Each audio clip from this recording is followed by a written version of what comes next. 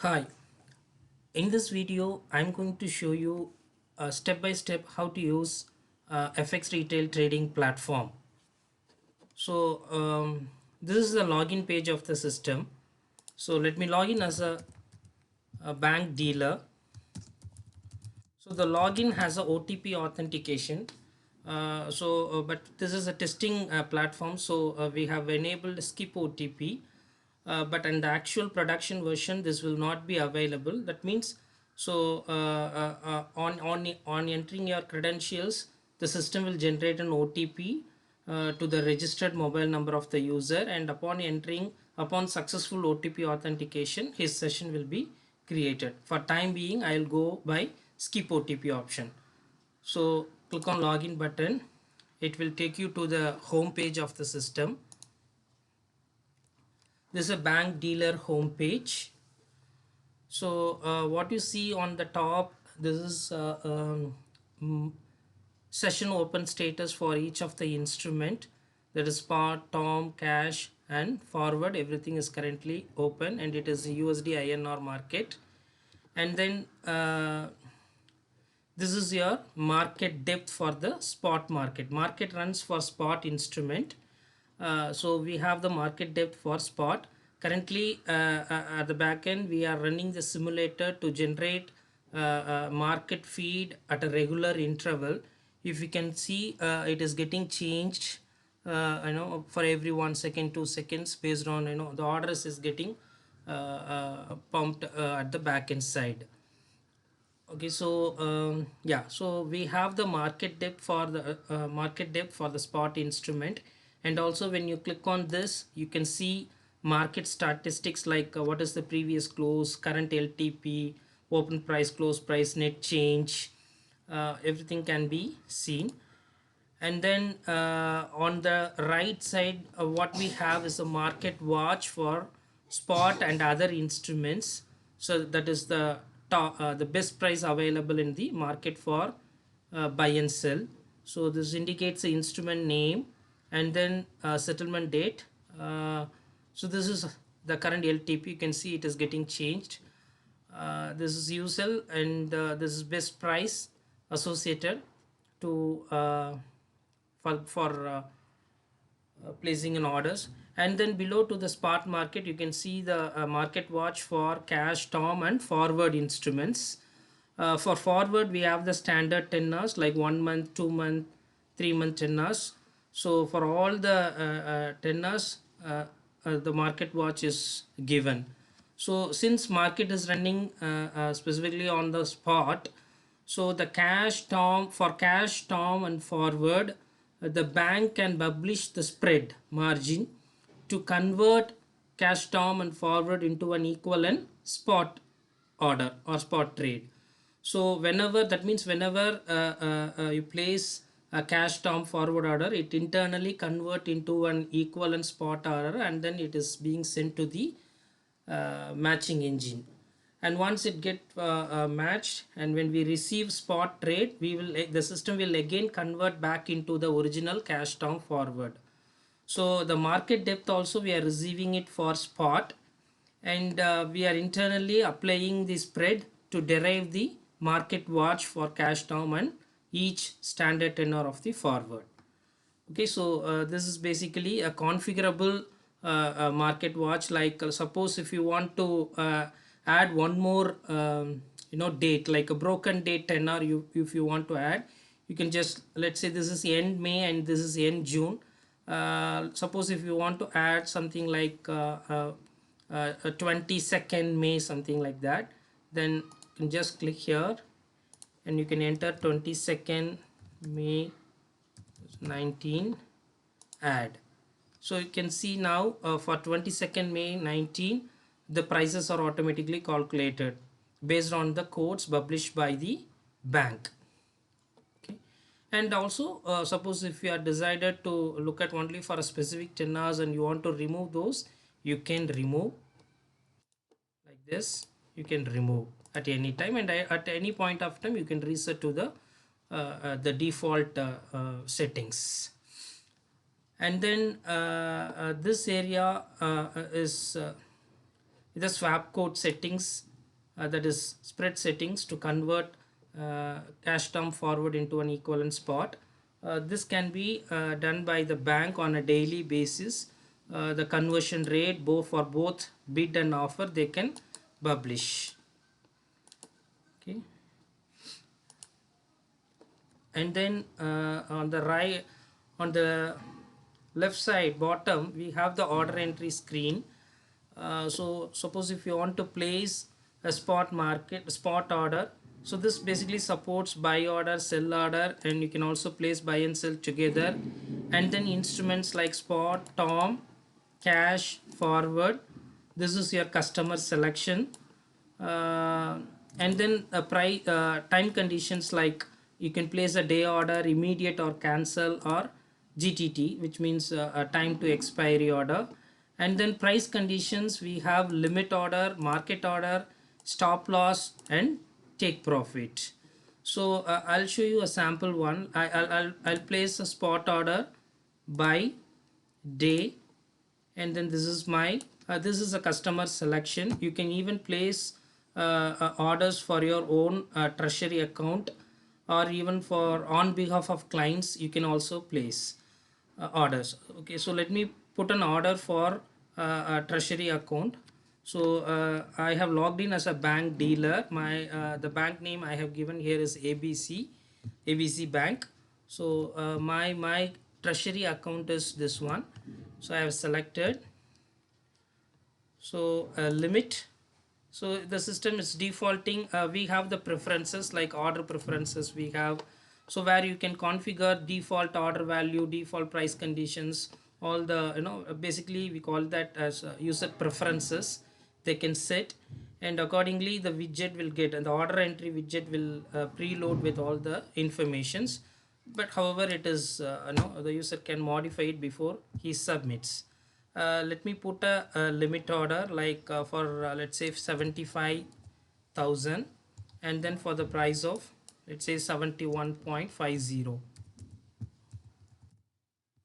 Okay, so I'm clicking buy.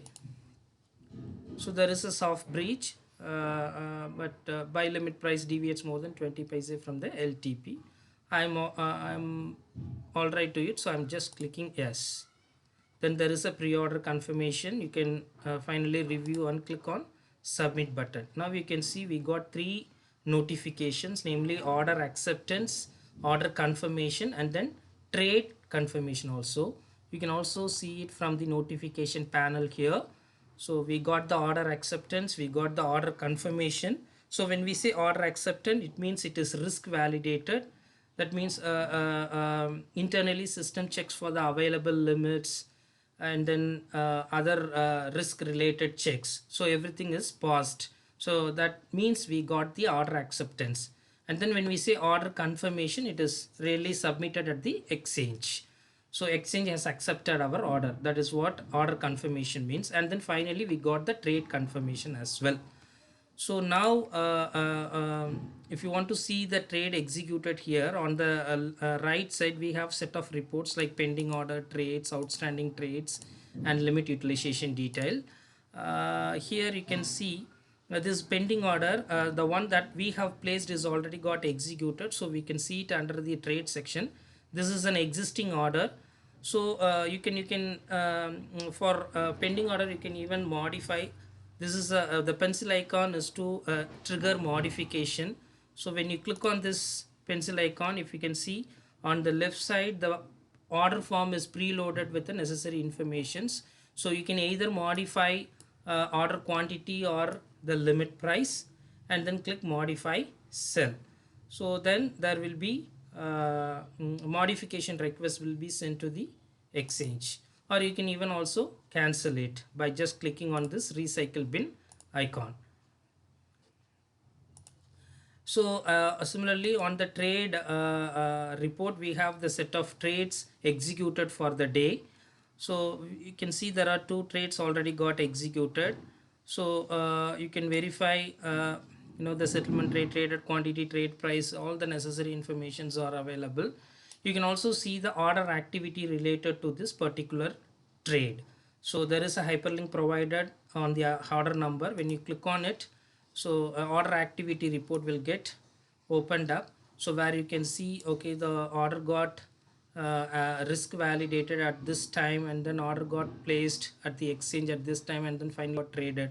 Suppose if there is a partial execution and then partial cancellation, so all the activities are captured under order activity that is there for a particular order or a trade. And then you can also print or generate a deal confirmation or deal ticket, so by just clicking on this icon here.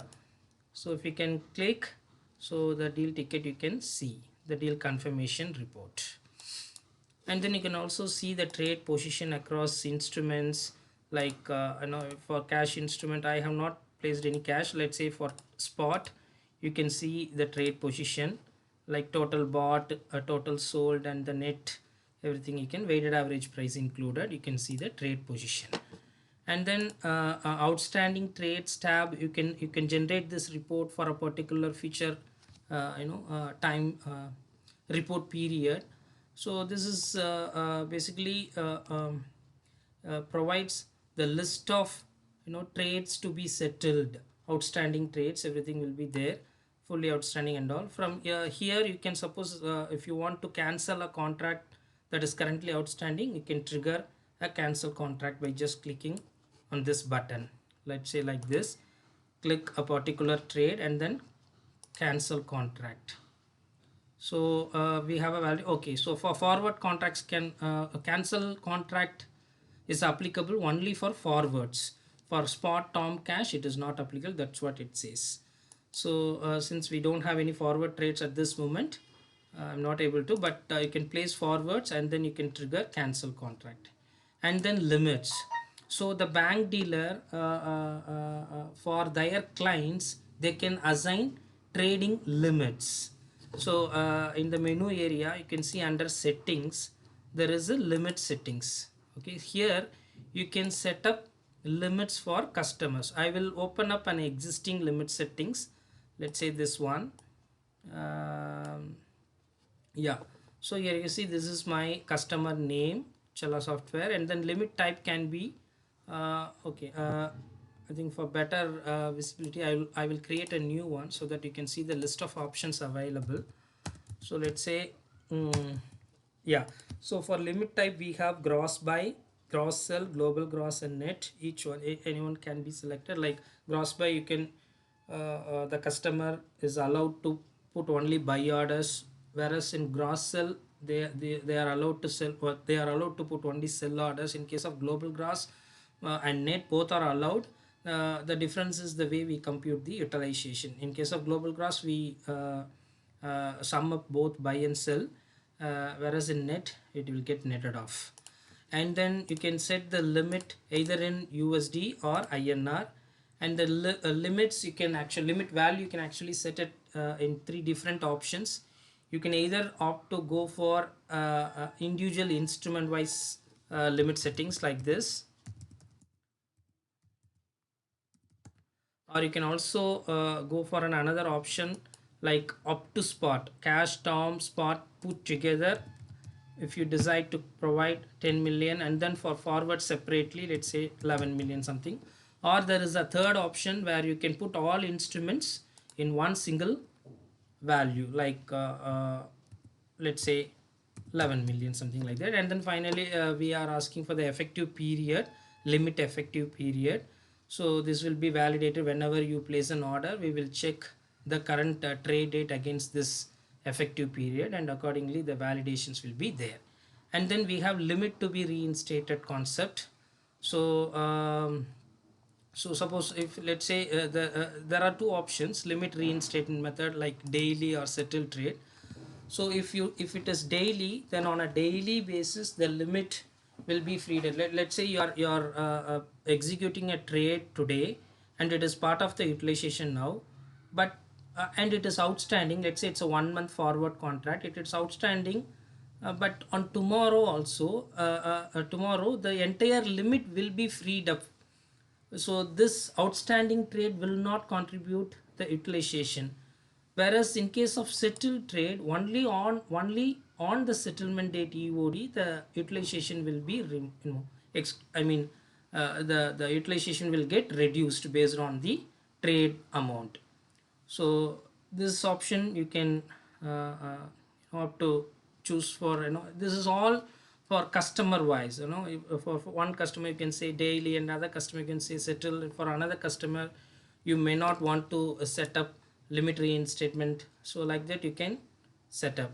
So whenever a customer placing an order, the system will check for the sufficient limits, and then only the order will get accepted. These validations will be part of the risk validation check.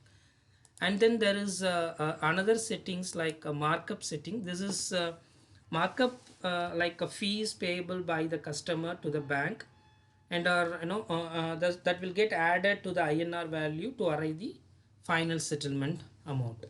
So this is again customer wise settings, like you can set it in paise or percentage.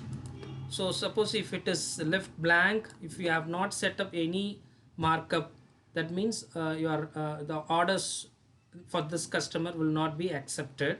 You can see here, if it is left blank, order entry not permitted. But you can also specify 0, which means you do not want to charge any fees from this particular customer. And there is a tax option also on this. On top of this markup value, we can apply tax. So you can specify all this, and you can check this markup value and all from the deal confirmation report itself. Like in the trade section we generated the deal confirmation, right? So where you can see the total, you can see here, oh, for this customer there is no markup value because this is a treasury, because this is not on behalf of client order or client trade. This is our own treasury deal, that's why there is no markup applicable. So I will show you a customer trade where we can see the markup value. Yeah. Right. So this is some brief about the home page what we have currently. And then in the bank dealer login we have general reports, like you can see market movement for every 1 hour. This is from 11:30 to 12:31. What is the bid quantity, total bid offer? You can 1 hour wise there is a market movement. And then we have order status, general reports like order status, markup report. You can actually see how much I should, currently there are no customer orders. I'll place the customer trade first. Let me log in as a customer login now. Yeah. So yeah, this is my URL.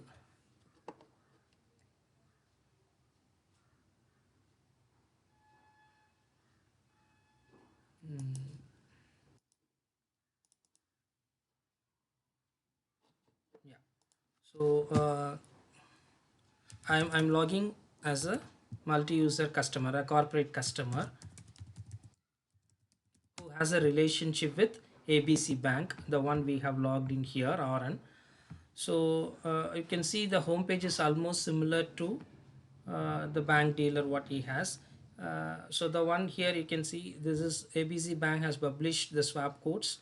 So the bank, the customer can actually see what is the spread or margin is getting applied for cash term and forward to convert, and then he decides to put, he can take an action like whether he can place cash term or forward orders like that. So let me put a market order straight away here to show you the markup value. I'm putting up for 50,000 market order in spot sell. Order got accepted and confirmed, trade also there. So now if you go to the trade section, there you can see deal confirmation, and then yeah, there is a markup value, net trade price, net settlement value also is there. Okay, this is if now if I go back in the bank login and see the markup report, you can see, so total, so for this customer total markup value is 5,000, total tax on total markup. So here like customer wise the bank on a daily basis, or even for a historical date also, we can see how much payable is sorry, receivable is from the customer. So then we have user wise turnover report, dealer evaluation, and then we have a trade to be settled report. Basically provides a list of outstanding trades, and then holiday view, amended trades and all. Then there are settings, historical reports like order history, trade history, and this one specifically activity restrictions as a bank dealer. So you can apply restriction on a particular entity or a particular user. So let's say you have number of customers, and then you want to suspend one of the customer. You can do so by applying a particular restriction here. Let's say you have the customer relationship under ABC Bank, Kenyatta Avenue is a branch, and then customer, let's say um, Creative Solutions Private Limited. So the current status is active. You can apply suspend or risk reduction mode. So if you apply suspend, then he will not be able to execute orders with ABC Bank. But later you can revoke the suspension. So accordingly you can even apply such restriction on a particular user also, like branch user can be a bank user, or a branch user, or a customer user also. Suppose if you want to put some restriction, let's say there is a corporate customer, there are a number of users from that customer is accessing the application, but you want to put a suspend restriction for a particular user who belongs to that customer. So let's say like this, you can okay, Creative Solutions. Yeah, I don't have any user for this customer. Let's share software, and then yes, so you can apply restriction here, like you can make it dormant or suspend, or you can even forcibly log off his current session and all. So you can apply such restriction. This is some interesting risk related missions. And then we have standard reports like audit log, user management, and then this one participant interface is like to integrate with the core banking system. So in real time we can either integrate through a API based mechanism or through a file based mechanism. File we supports both CSV and fix. Yes, this is something about bank login, and the bank can also place on behalf of customer orders, or even the customer can themselves register with the bank, and then he will get the login. So he will also directly log into the system, like what we have placed a sell order, right? So in the similar way he can also place, and the customer also has been given with the general reports and all the necessary uh, informations like user management, participant interface again, like that. Yeah, hope this session is useful to you. Thank you.